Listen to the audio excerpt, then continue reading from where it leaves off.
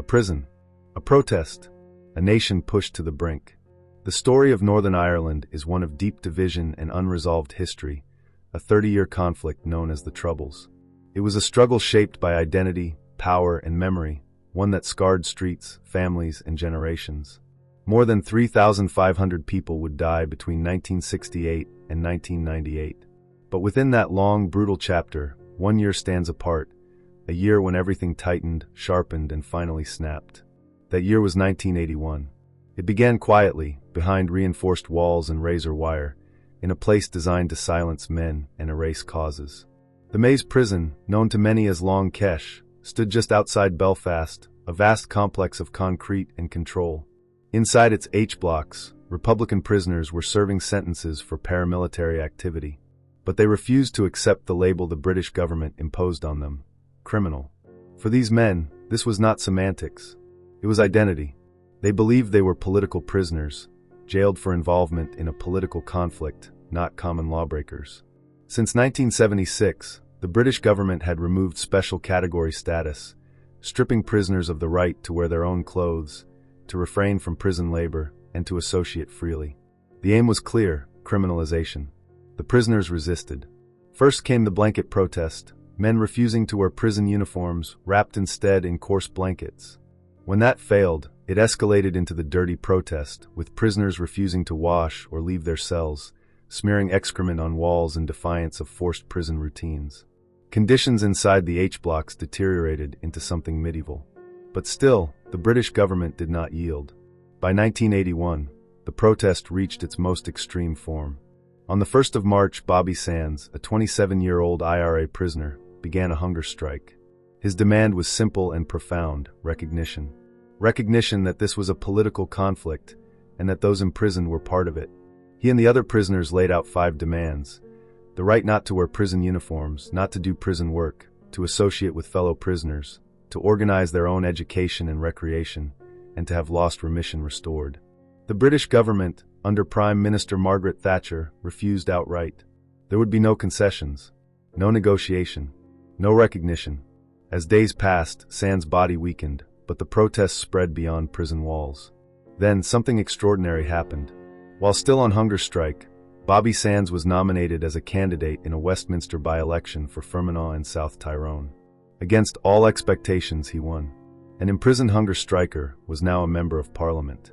The message was unmistakable. This was not just a prison dispute. It was a political crisis. International media descended on Northern Ireland. Protests erupted across nationalist communities. The world began to watch. But the British government remained unmoved. On the 5th of May 1981, after 66 days without food, Bobby Sands died. The reaction was immediate and explosive. Rioting swept through nationalist areas. Tens of thousands attended Sands' funeral, watched closely by armed soldiers and police. Across Ireland and beyond, anger boiled over. Sands' death turned him into a martyr and transformed the hunger strike into a global symbol of resistance.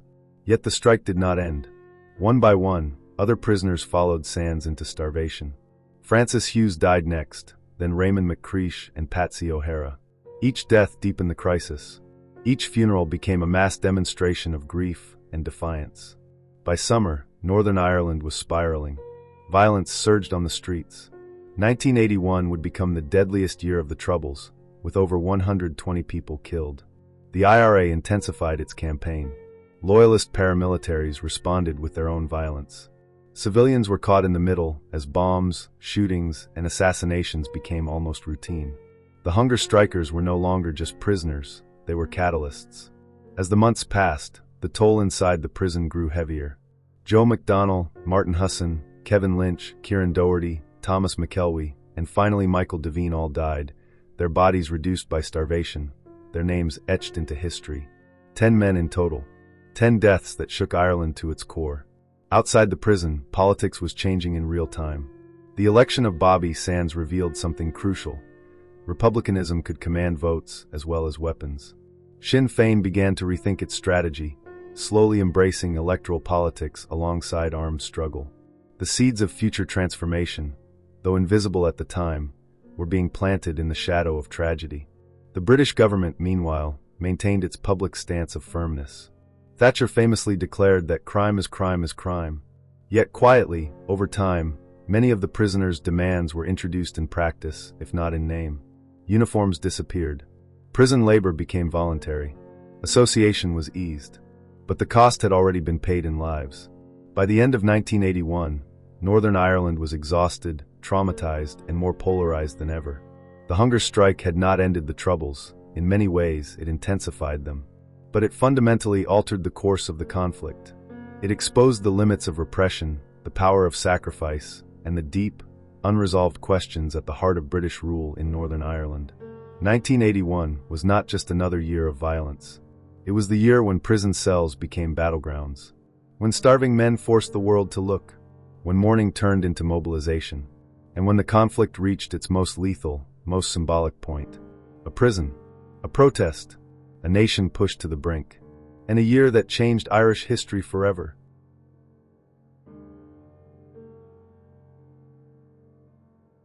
To understand the inferno of 1981, you have to go back 5 years, to a cold, deliberate decision made far from Belfast or Derry, in the corridors of power in London. The year is 1976. 4 years prior, paramilitary prisoners in Northern Ireland, Republican and Loyalist alike, had been held under a policy known as special category status. It was never officially called political status, but everyone understood what it meant. It was a quiet admission that the violence consuming Northern Ireland was not ordinary crime, but part of a political conflict. Prisoners with this status did not wear prison uniforms. They did not perform prison labor. They lived in compounds rather than cells, organized themselves internally, and maintained their own command structures. For Republican prisoners especially, this status was everything. It confirmed what they believed in their bones, that they were soldiers in a war, not criminals serving time.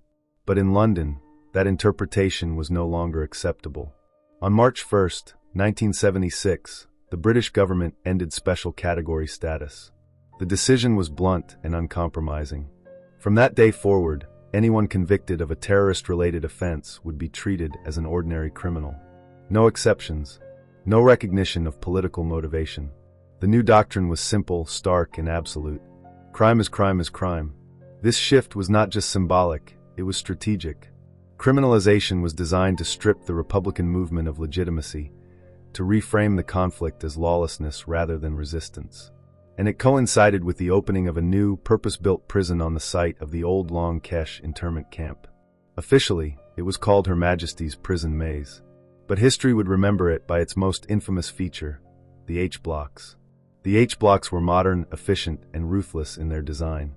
Long concrete corridors branched into wings shaped like the letter H, lined with single cells, steel doors, and surveillance points. This was not a place for negotiation or ambiguity. It was a machine built for control. The first prisoner sentenced under the new rules was a young Republican named Kieran Nugent. When a prison officer handed Nugent a coarse brown uniform and ordered him to put it on, he refused. His reasoning was simple, almost philosophical. If the British government wanted to criminalize him, he believed, they would have to start inside his own mind. Accepting the uniform meant accepting their definition of who he was. And that he would not do. With nothing else to wear, Nugent wrapped himself in a prison-issued blanket. It was a small act. Quiet. Almost invisible. But it changed everything. That moment marked the beginning of the blanket protest. Over the months and years that followed, hundreds of Republican prisoners joined Nugent. They refused prison uniforms entirely.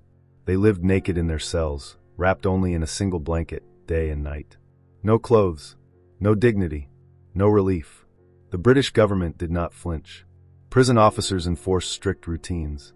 Prisoners were denied access to washing facilities unless they agreed to wear the uniform. Many refused. Cells became filthy. Tensions rose. The protest ground on unresolved. By 1978, the situation deteriorated further. As part of the prison regime, inmates were required to slop out, to carry their chamber pots down corridors under guard. These journeys often ended in violence. Prisoners were beaten, humiliated, and assaulted by officers attempting to force compliance. The prisoners responded by escalating again. They refused to leave their cells at all. Thus began the dirty protest. Prisoners stopped washing completely. They poured urine beneath their doors. They smeared their own excrement on the walls to avoid contact with guards. Mattresses rotted. Flies swarmed. Disease spread. The stench was overwhelming. The conditions inside the H-blocks became medieval. In 1978, Tommaso Fiacco, the Catholic primate of all Ireland, visited the prison. What he saw shocked him. He later said the cells resembled the sewers of Calcutta. His words echoed far beyond the prison walls, but still, nothing changed. This was no longer simply a protest over clothing or prison privileges. It was a battle over identity. The prisoners believed they were political combatants engaged in a national struggle. The British state insisted they were criminals serving sentences. Neither side would yield. Each concession, each compromise was seen as defeat. In 1979, Margaret Thatcher became Prime Minister. She brought with her an iron resolve and a deeply held belief in the rule of law. To Thatcher, there could be no political status for those she viewed as terrorists. To grant it would be to legitimize violence. Her position was absolute. There would be no return to special category status. No negotiations under pressure. No concessions to protest. Inside the H-blocks, despair hardened into determination. Years of filth, isolation, and brutality had achieved nothing. Letters were ignored. Appeals failed. Outside support flickered, but did not force change. For many prisoners, there was only one form of protest left. One that could not be ignored. One that placed the moral burden squarely on the British government. They would starve themselves. What had begun in 1976 as a policy shift had become, by the end of the decade, a slow-moving collision between two immovable forces. Criminalization on one side, identity and resistance on the other. The stage was set. The prison was ready. The protest was evolving. And the nation stood unknowingly on the edge of its most explosive year. 1981 was coming.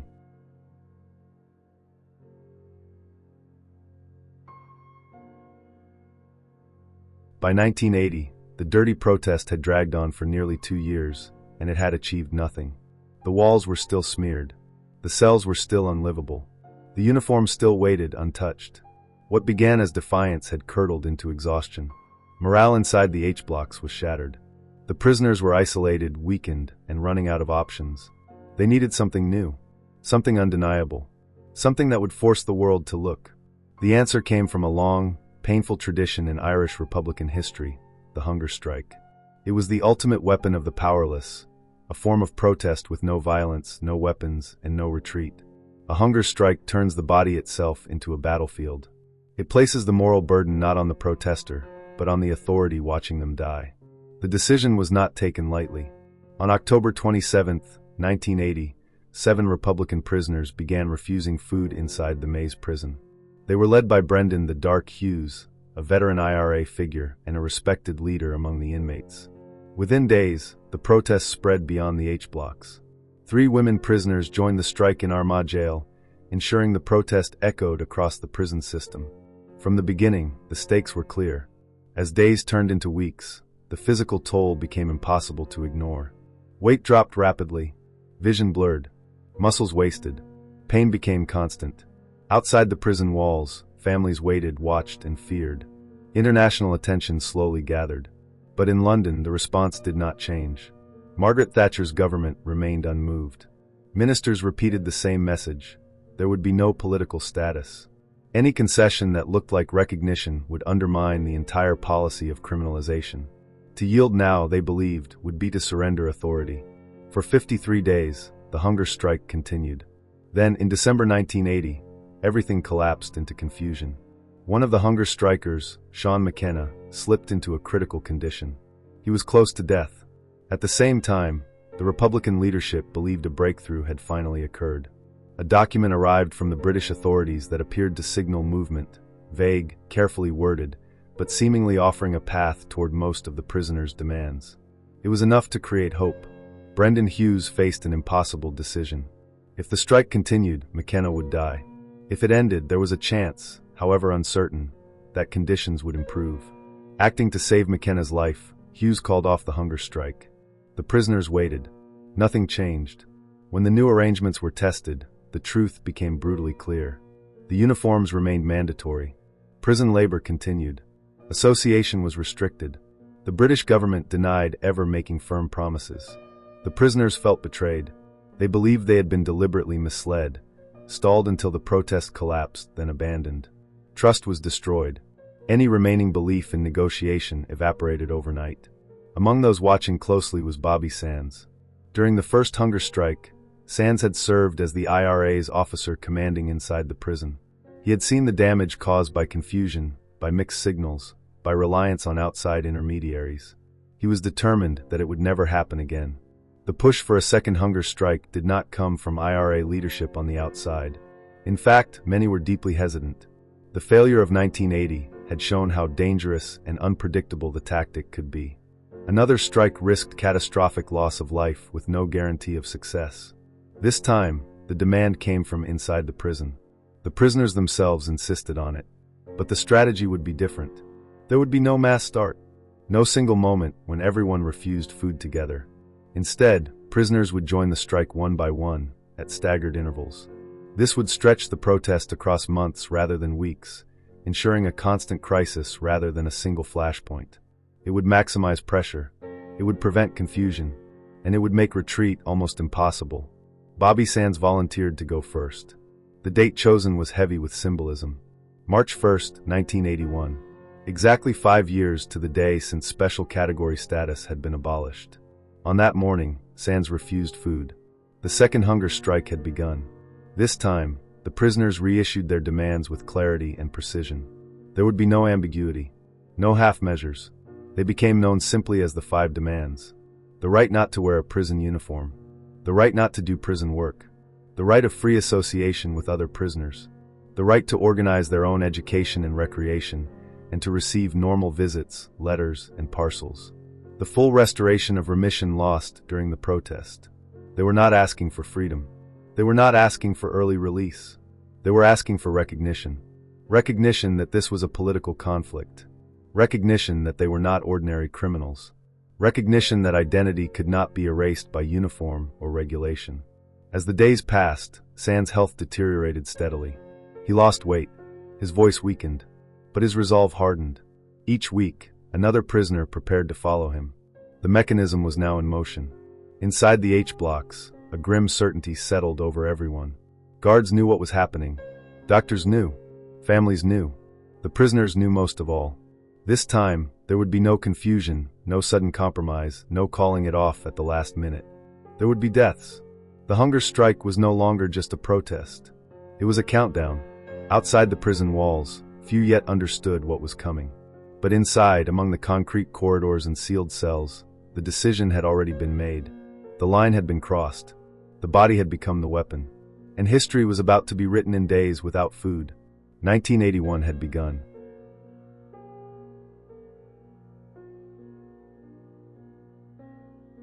On the morning of March 1st, 1981, Bobby Sands refused his breakfast.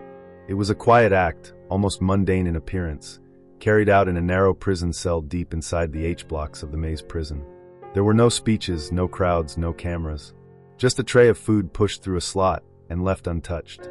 Bobby Sands was 27 years old. By that age, he was already a veteran of the Republican movement. Raised in a nationalist working-class area of Belfast, Sands had grown up amid discrimination, street violence, and militarized policing. Like many of his generation, he was drawn into the conflict young. He joined the IRA, was arrested, released, and arrested again. Much of his adult life had been spent behind bars. But Sands was more than a volunteer.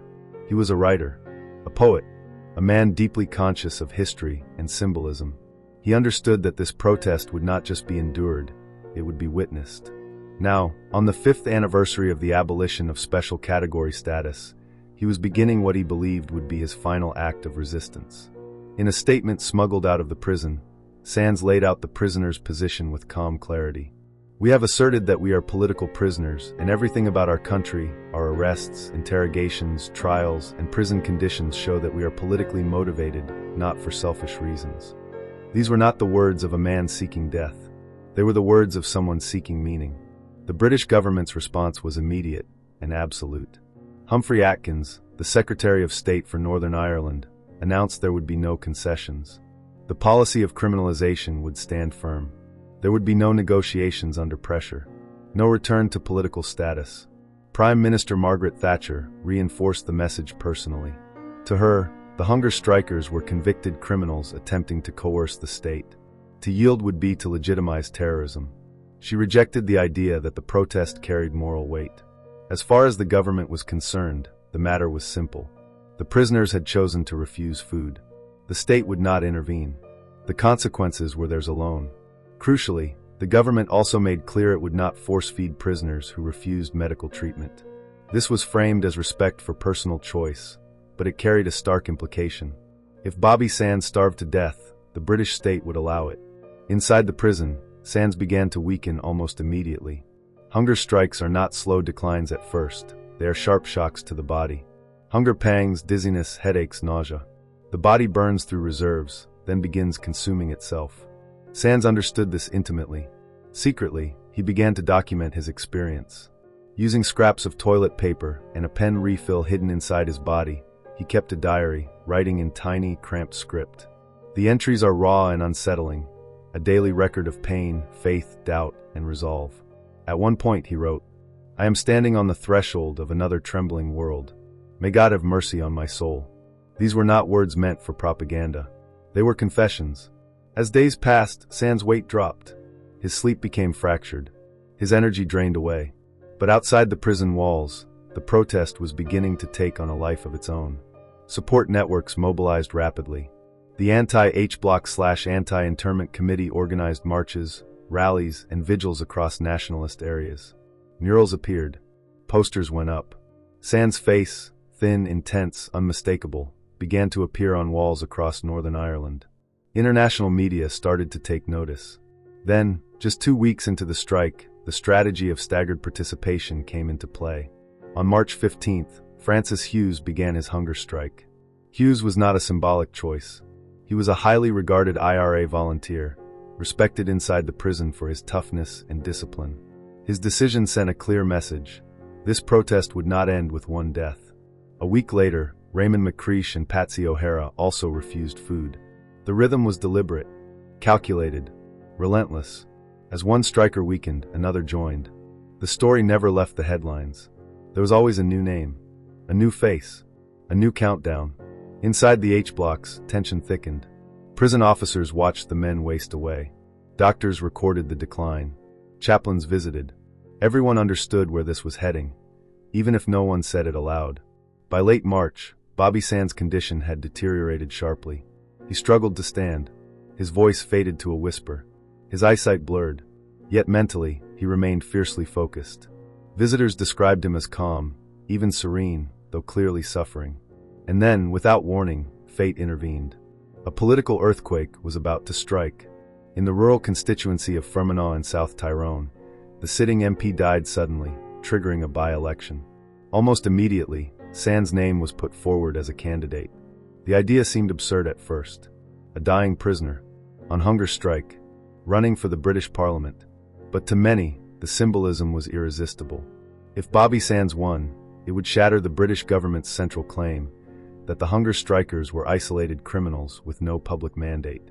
It would expose the conflict as political in the clearest possible way. Sands did not campaign. He could not. He lay in a prison cell, growing weaker by the day. Others campaigned in his name, turning the election into a referendum on criminalization itself. As Sands' health declined, his profile rose. What had begun as a prison protest was now on the brink of becoming an international crisis. A man refusing food behind bars was about to challenge the authority of the British state, not with a weapon, not with a bomb, but with a ballot paper. The hunger strike had crossed a line, and Northern Ireland, along with the world, was about to be forced to choose how to respond.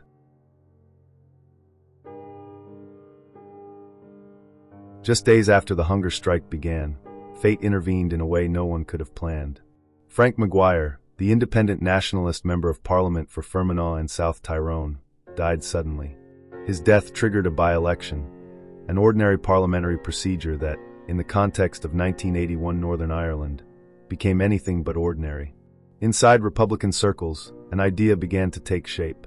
It was audacious, risky, almost unthinkable. What if they ran Bobby Sands as a candidate? A man starving himself to death in a prison cell. A convicted IRA volunteer, standing for election to the very parliament enforcing his imprisonment. The gamble was enormous. If Sands lost, It would reinforce the British government's argument that the hunger strikers were isolated extremists with no real public backing. But if he won, if a dying prisoner could be elected by popular vote, it would tear the criminalization policy apart in full view of the world. The decision was made. Bobby Sands would stand as the anti-H Block/Armagh political prisoner candidate. The campaign that followed was frantic and improvised. Sands, already gravely weakened by weeks without food, could not campaign himself. He never left his cell. He never gave a speech. He never shook a hand. Instead, others carried his name. Activists fanned out across one of the most bitterly divided constituencies in Northern Ireland. Fermanagh in South Tyrone was a patchwork of nationalist and unionist communities, farms and villages, deep loyalties and deeper resentments. Every door knocked was a confrontation. Every poster erected was an act of defiance. The election quickly narrowed into a straight fight. On one side stood Harry West, a hardline unionist and former leader of the Ulster Unionist Party. He represented everything the nationalist community opposed: British sovereignty, unionist dominance, and rejection of political status for prisoners. On the other side was Bobby Sands, silent, unseen, slowly dying.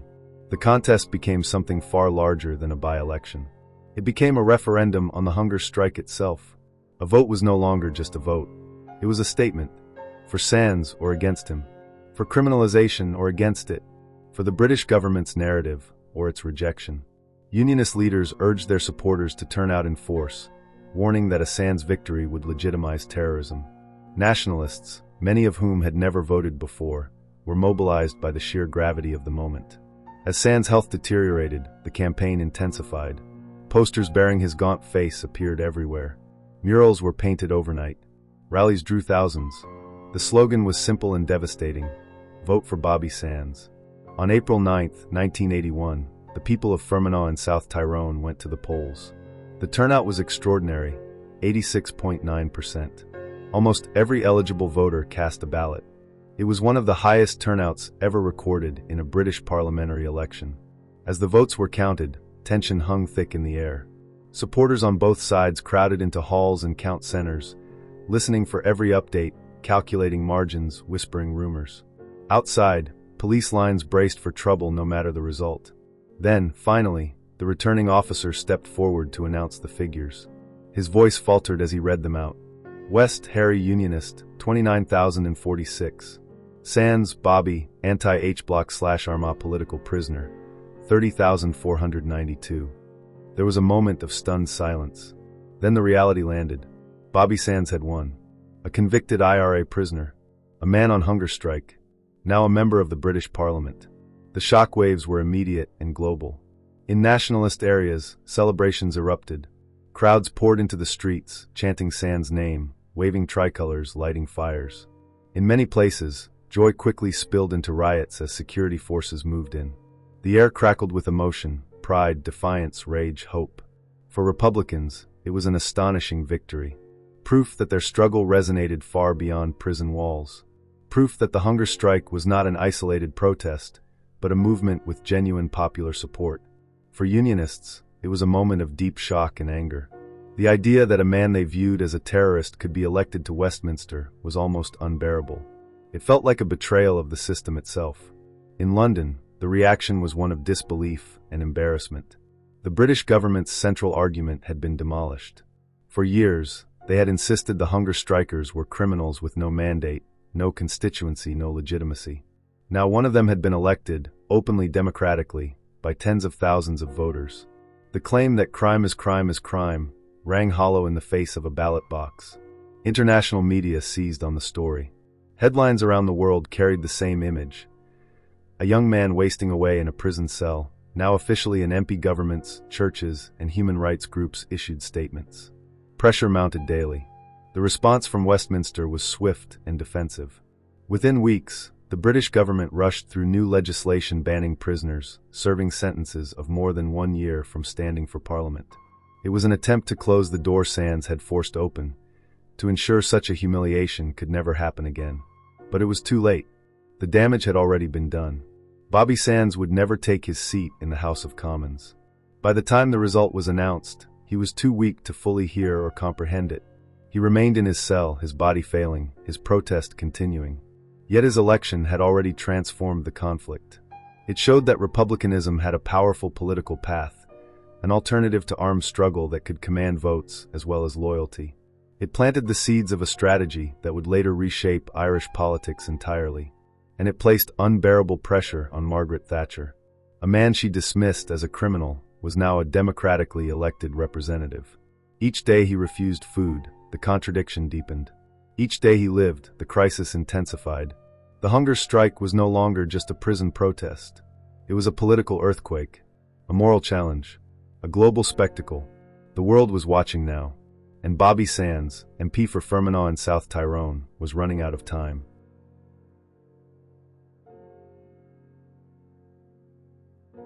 The election of Bobby Sands plunged Margaret Thatcher into a political crisis of the highest order. A hunger striker was now a member of Parliament. A dying prisoner now carried a democratic mandate, and the eyes of the world were fixed on Downing Street. International reaction was swift. Governments expressed concern. Church leaders appealed for compassion.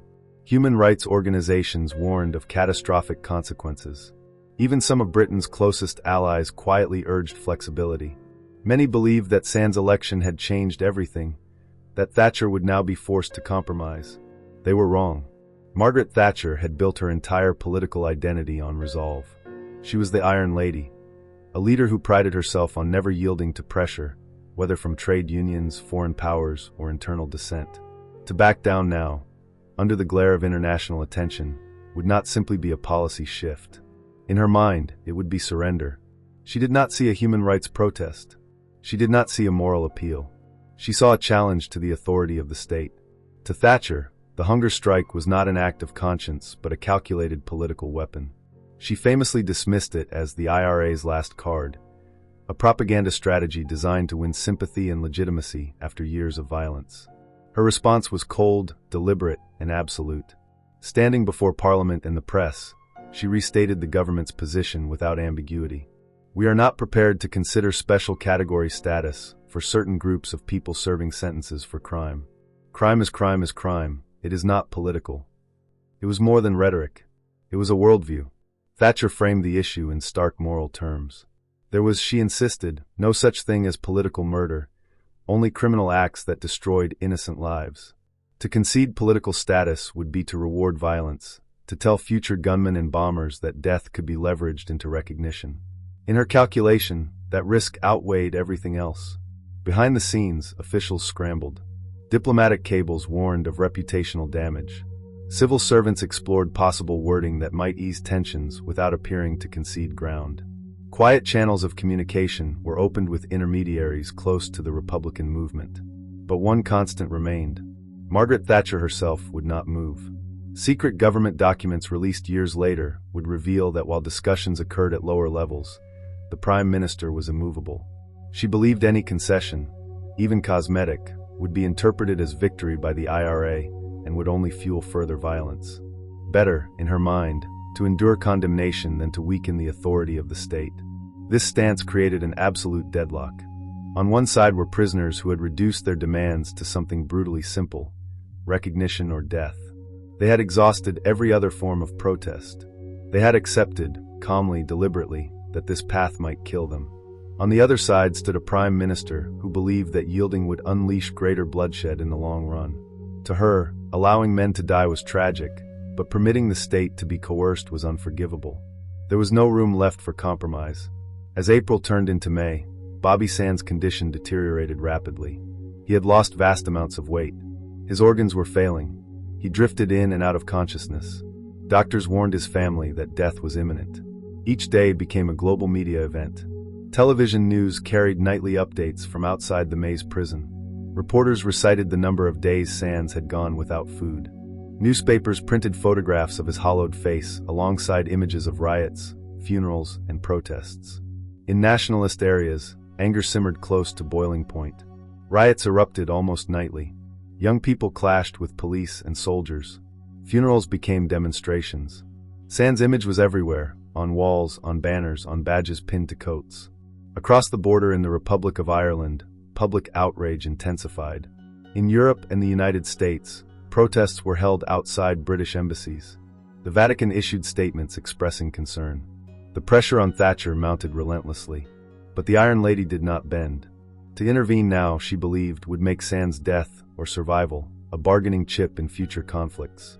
Hunger strikes would become a blueprint. The authority of the state would be fatally undermined. So she held the line. Inside the prison, Sand's final days unfolded slowly and painfully. He was no longer able to write. His diary had ended weeks earlier. Visitors described him as skeletal, his voice barely audible, his body curled inward.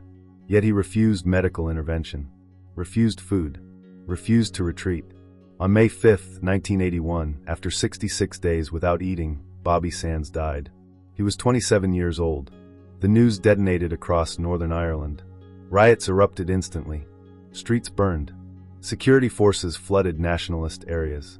Tens of thousands of people attended Sands' funeral, which moved through West Belfast under the watch of armed soldiers and police helicopters. To his supporters, Bobby Sands was a martyr, a man who had died for dignity and recognition. To the British government, he remained what they had always insisted he was, a convicted criminal who chose death. But death did not end the hunger strike. Within days, Francis Hughes died. Then Raymond McCreish and Patsy O'Hara followed. One by one, men who had watched Sands waste away stepped into the same fate.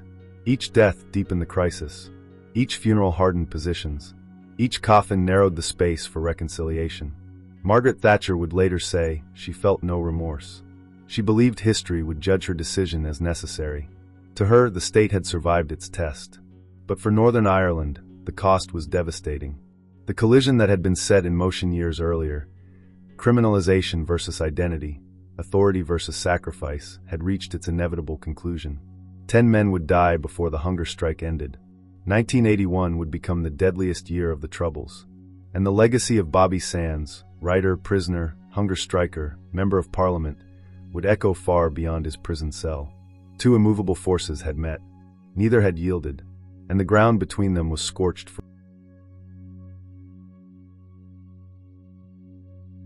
The final days of Bobby Sands unfolded under the glare of global attention. By late April 1981, his condition was critical. Each hour was monitored. Each breath seemed borrowed. Representatives of the Vatican came, appealing for mercy.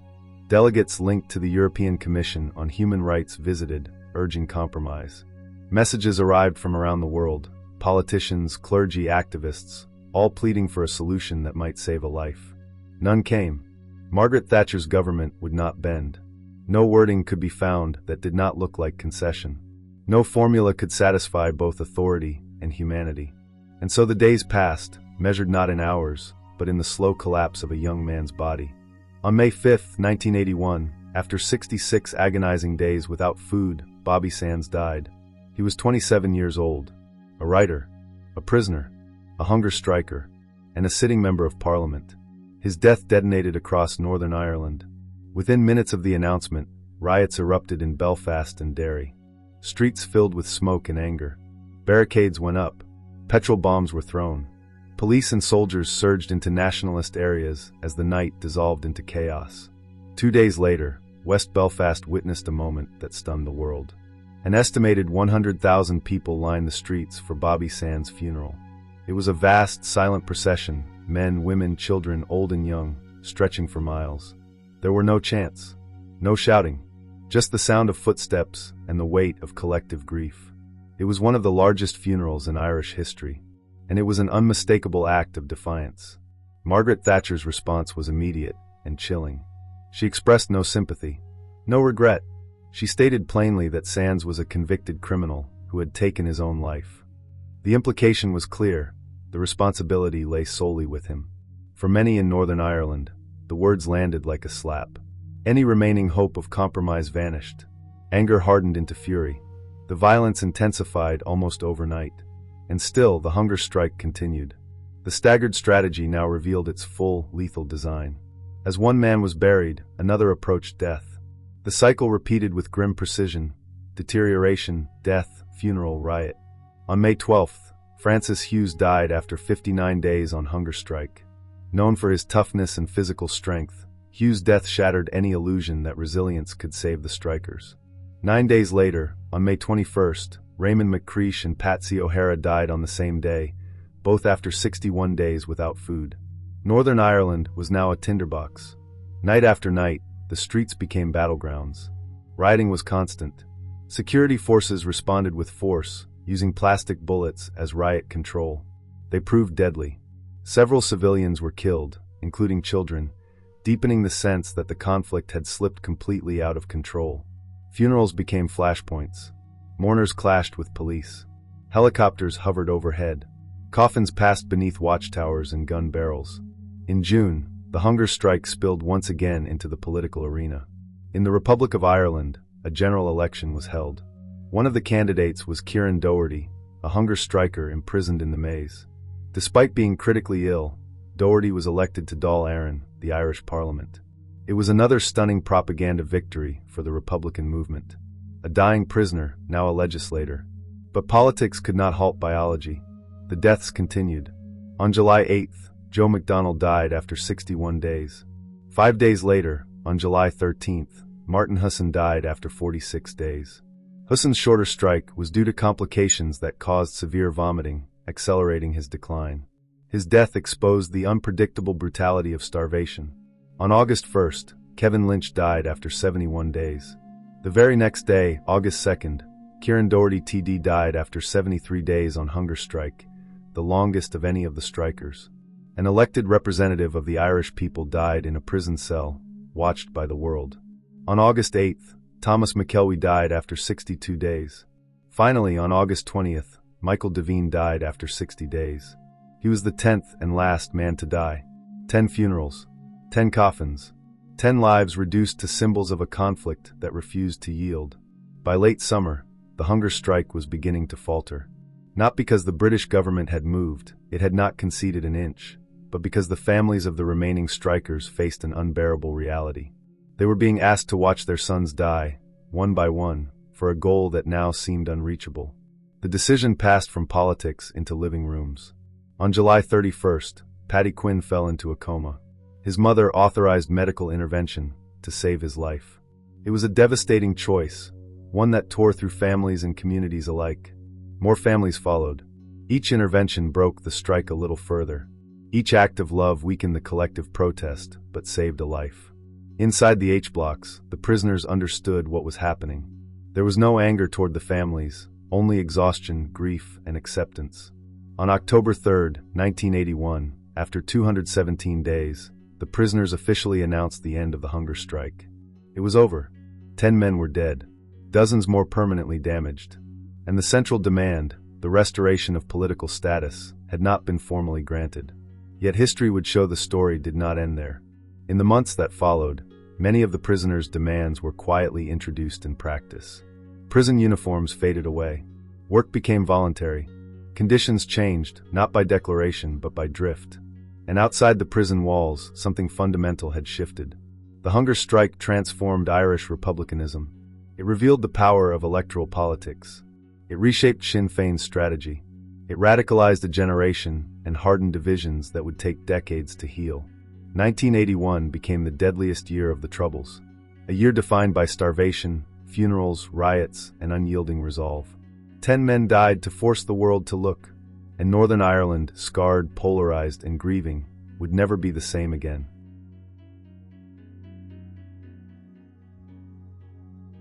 The agony inside the prison did not stay behind its walls. For 7 months, the hunger strike burned like a slow fuse, and by 1981 it had ignited the wider conflict. What began as a battle over identity and recognition inside the H-blocks became a massive accelerant, pouring fuel onto an already raging fire. The raw anger generated by the slow, deliberate deaths of the hunger strikers spilled into the streets, turning 1981 into one of the deadliest single years of the Troubles. By the end of that year, 118 people were dead. The violence was relentless, and it came from every direction. Republican paramilitary groups, primarily the IRA and the INLA, escalated their campaigns with renewed ferocity. The hunger strike had transformed their narrative. Each death was framed as proof that the British state was incapable of reform, incapable of compassion. Armed struggle, they argued, was not just justified, it was inevitable. Throughout 1981, attacks intensified. 21 members of the Royal Ulster Constabulary were killed. 11 British soldiers died. 13 members of the Ulster Defence Regiment were assassinated. Bombings, shootings, and ambushes became near-daily occurrences. Roads were cratered. Barracks were targeted. Patrols moved under constant threat. For security forces, every routine became a potential death sentence. At the same time, nationalist areas erupted almost nightly. Rioting became a way of life, not spontaneous, but sustained. Young people, many barely teenagers, filled the streets with stones, petrol bombs, and burning barricades. These riots were not carefully organized operations. They were raw expressions of fury and despair, directed at symbols of British authority. The response from the state was forceful and unforgiving. Police and soldiers deployed plastic bullets, officially described as a non-lethal crowd control weapon. In practice, they proved anything but. Over the course of 1981, 7 people were killed by plastic bullets, several of them children. Each death deepened the anger. Each funeral fed the cycle. Each riot ensured the next. The conflict began to consume itself. The death of every hunger striker was followed by days, sometimes weeks, of intense violence. Streets burned. Gun battles erupted. Armored vehicles rolled through housing estates under a rain of missiles. Funerals, already charged with emotion, became flashpoints for confrontation between mourners and security forces. Even the act of burial became dangerous. Loyalist paramilitary groups watched these events with growing alarm. To them, the hunger strike represented not just a protest, but a threat to the Union itself, a sign that republicanism was gaining sympathy and momentum. Their response was brutal and sectarian. In 1981, Loyalist paramilitaries killed 13 civilians, many chosen solely because of their religion or perceived identity. Random shootings and bombings aimed to send a message. Republican gains would be answered with blood. The violence was no longer confined to specific targets or tactics. It was everywhere. Ordinary life became impossible. The year was punctuated by acts of violence, so shocking they cut through even the numbness that had settled over Northern Ireland. In January 1981, before the hunger strike had even begun, the IRA assassinated Sir Norman Strange, the 86-year-old former Speaker of the Old Stormont Parliament, at his home in County Armagh. His son, James, was also killed in the attack. The killing of an elderly former political figure shocked Unionist communities and hardened attitudes long before the first hunger striker refused food. Later that year, in November, the IRA assassinated Reverend Robert Bradford, a prominent Unionist MP, outside his church hall in South Belfast. Bradford was known for his hardline views and outspoken opposition to republicanism. His killing marked a grim milestone. He was the first sitting member of Parliament to be killed during the Troubles. By then, the hunger strike was over, but its aftershocks were still tearing through the conflict. What made 1981 different was not just the body count. It was the atmosphere. For those living through it, the year felt unhinged. Normal boundaries dissolved. Violence no longer shocked, it was expected. Parents feared letting children play outside. Shops closed early. Streets emptied at night. Sirens, helicopters, and explosions formed the soundtrack of daily life. There was a sense that the conflict was slipping beyond control. The political battle fought inside the prison had found its bloody echo on the streets. The hunger strikers had forced the world to look, but they had also radicalized a generation. Young people watching the funerals, the riots, the televised statements, absorbed a simple lesson. Nothing would change without sacrifice. And sacrifice was everywhere. 1981 represented the Troubles at their most raw and volatile. Compromise was impossible. Trust was non-existent. Every action was interpreted through the lens of betrayal or resistance. The space for moderation vanished almost entirely. To many, it felt like a descent towards civil war. Neighbors turned inward. Communities hardened.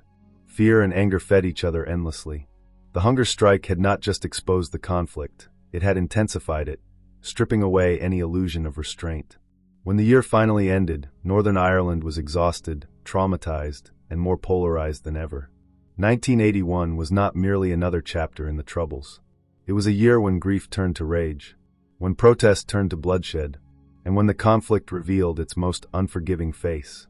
A year that left 118 dead, countless lives shattered, and scars that would take generations to heal.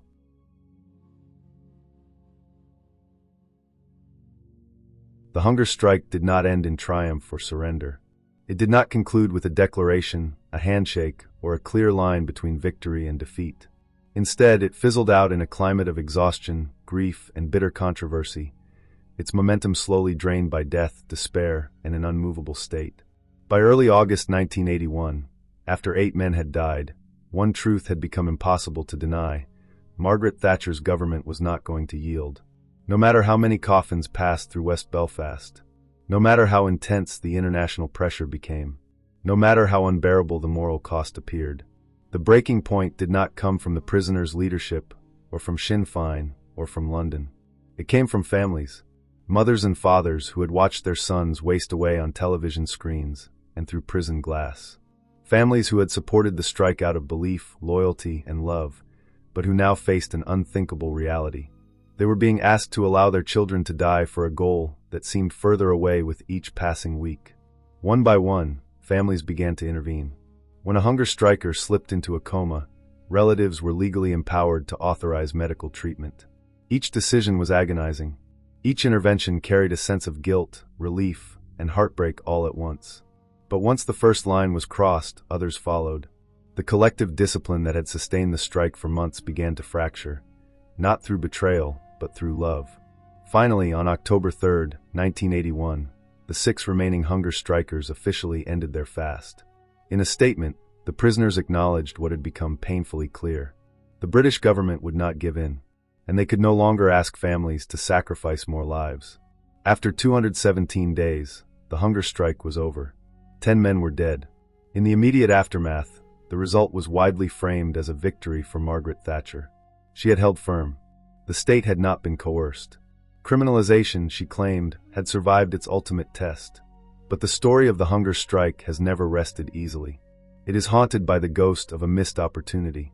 For decades, a bitter and deeply emotional debate has raged within Republican circles over what happened, or failed to happen, in the summer of 1981. At the center of that debate is Richard Orrewy, who at the time served as the IRA's public relations officer inside the Maze prison. Orrewy has consistently claimed that in early July 1981, after 4 hunger strikers had already died, a British intermediary delivered a proposal to the prisoners' leadership inside the jail. According to Orrewy, the offer met most of the prisoners' demands in substance, though not explicitly in name. Crucially, Orrewy argues that the prison leadership accepted the offer. But, he claims, they were overruled by the IRA leadership outside the prison, who believed that allowing the strike to continue would yield greater political gains, particularly in terms of electoral momentum and international attention. If Orrewy's account is true, then 6 of the 10 hunger strikers might have been saved. It is one of the most painful what-ifs in modern Irish history. Senior Sinn Féin figures, including Gerry Adams and Danny Morrison, have fiercely rejected Orrewy's claims. They insist that no concrete or acceptable offer was ever made, and that nothing presented by the British could have credibly ended the strike at that point. According to their version of events, the idea of a settled deal is a myth, a tragic misunderstanding amplified by hindsight and grief. Yet the controversy has never fully faded. Over the years, declassified British government papers have lent weight to the suggestion that a significant offer was indeed under discussion in July 1981. While the documents do not conclusively prove Orrewy's version, they suggest the British were exploring ways to resolve the crisis without appearing to concede political status. The truth, as with so much in the Troubles, remains contested. What is beyond dispute is the cost. 10 men died. Families were shattered. Communities were radicalized. And trust, already scarce, was further eroded. Then came the bitterest irony of all. Just 3 days after the hunger strike ended, the new Secretary of State for Northern Ireland, James Pryor, announced a series of prison reforms. Prisoners would be allowed to wear their own clothes. Lost remission would be restored. Prison work would, in effect, become voluntary. In practical terms, the government granted the substance of several key demands, but only after the protest was over, and only in a way that allowed them to insist they had not given in to pressure. There would be no declaration of political status, no acknowledgement of defeat, no apology. Officially, the state had not moved. In reality, it had. For Republicans, this outcome was impossible to reconcile. The changes appeared to confirm that the hunger strikers had been right all along, yet the timing ensured that 10 men had died before those changes were implemented. It was not victory. It was not defeat. It was something far darker. A partial victory, purchased at a terrible and irreversible cost. The hunger strike reshaped Irish politics. It propelled Sinn Féin into electoral prominence. It hardened attitudes, radicalized a generation, and altered the trajectory of the conflict in ways that would only become clear years later. But it also left wounds that have never healed. To this day, the question lingers, quietly, painfully, endlessly. Could it have ended sooner? Could lives have been saved? And if so, why weren't they? The hunger strike ended not with answers, but with ghosts. And 1981 closed not in resolution, but in silence, heavy with grief, controversy, and the knowledge that history had passed a point from which it could never fully return.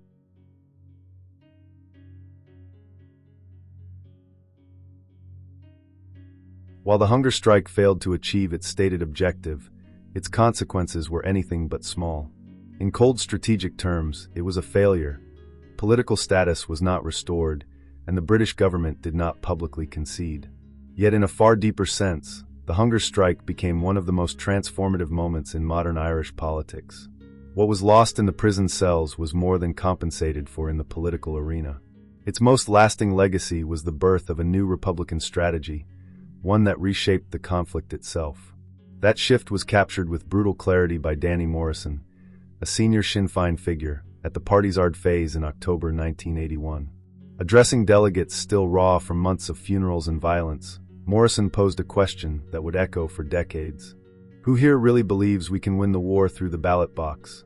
But will anyone here object if, with a ballot paper in this hand and an Armalite in the other, we take power in Ireland?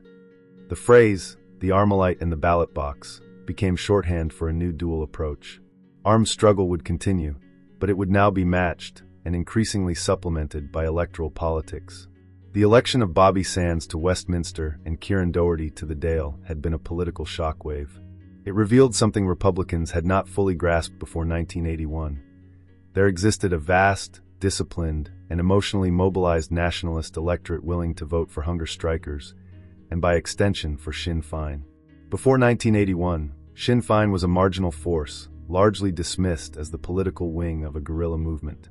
After 1981, it began the slow, deliberate construction of a serious political machine. Local organization expanded. Electoral contests multiplied. The movement learned how to convert anger, grief, and identity into votes. The long road from the H-blocks to the Good Friday Agreement did not begin in negotiating rooms. It began in prison cells. The foundations of Sinn Féin's modern political power were laid in the deaths of 10 men. But the hunger strike also radicalized a generation. Among young nationalists, recruitment into the IRA surged, driven by fury at the prison deaths and Thatcher's refusal to bend. The strike became a defining political memory, a point of no return. For the unionist community, 1981 was deeply traumatic.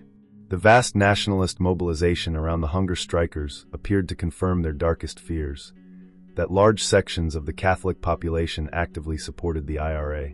Trust collapsed. Fear hardened into certainty.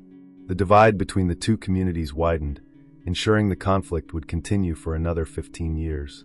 The hunger strike ended in silence, but its consequences roared on, reshaping the struggle long after the prison gates closed.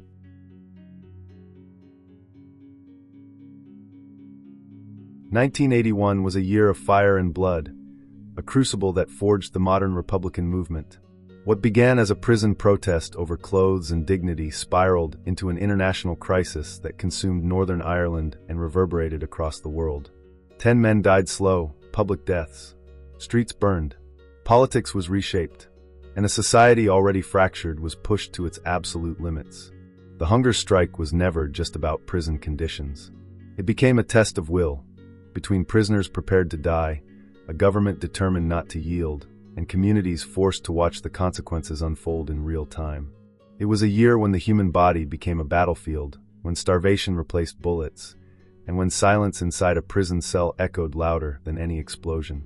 The deaths of the hunger strikers turned 1981 into one of the most violent years of the Troubles. Each funeral became a flashpoint. Each coffin carried not just a body, but a message of defiance, of sacrifice, and of rage. For many nationalists, the hunger strikers were not criminals, but political prisoners driven to the ultimate act of protest by a system that refused to recognize their identity. For many unionists, they were terrorists who chose martyrdom over justice. The gap between those views was vast and unbridgeable. The hunger strike showcased the devastating power of martyrdom in a deeply divided society. Bobby Sands' election to the British Parliament while he lay dying shattered the British government's narrative and electrified Republican communities. It proved that the struggle was not confined to back alleys and border roads. It could also be fought at the ballot box. That realization changed everything. Out of the death cells of the H-blocks emerged a new political reality. Sinn Féin, once marginal and dismissed, began its transformation into a serious electoral force. The phrase "the Armalite and the ballot box" captured a brutal truth. The conflict would now be waged on two fronts. Guns had not disappeared, but politics had arrived, and it was there to stay. At the same time, the hunger strike hardened attitudes on all sides. Among young nationalists, anger boiled over into radicalization. Recruitment into paramilitary organizations surged. For unionists, the mass support for the hunger strikers confirmed their deepest fears about the intentions of the Republican movement. Trust collapsed. The middle ground shrank. The divide widened. The strike ended not with victory or defeat, but with exhaustion, grief, and bitter controversy. Families intervened to save their sons. The prisoners stood down. 10 men were dead. And yet, within days, the British government quietly introduced prison reforms that granted the substance, if not the name, of several demands. It was a tragic irony. Concessions came only after the cost had become irreversible. To this day, the legacy of 1981 remains deeply contested. For some, the hunger strikers are heroes, men who sacrificed their lives for dignity and political recognition. For others, they were militants who chose death as a weapon. Between those positions lies a painful truth. Whatever one believes, the hunger strike worked, not in the way its participants intended, but in how it reshaped the future. The political path that eventually led to ceasefires, negotiations, and the Good Friday Agreement can be traced back to that year. The hunger strike forced Republicans to recognize the power of electoral politics. It forced Britain to confront the limits of repression, and it ensured that the conflict could never again be framed solely as a security problem. Yet the ghosts of 1981 have never left. They linger in murals, in funerals remembered, in anniversaries marked, and in arguments that still refuse to die. They are a reminder of a time when compromise was seen as betrayal, when conviction demanded sacrifice, and when 10 men in prison cells pushed a nation to the very edge of the abyss. 1981 was not just a year in the Troubles. It was a turning point, written not in ink, but in hunger, death, and fire. So we ask you, what do you believe is the most enduring legacy of the 1981 hunger strike? Was it the political rise of Sinn Féin? The deep and lasting polarization of the two communities? Or the creation of a new generation of Republican martyrs whose influence still shapes Irish politics today? Let us know your thoughts in the comments. Thank you for watching, and please remember to like and share, comment, and subscribe to Emerald Chronicle for more stories of Irish history, myths, legends, and folktales.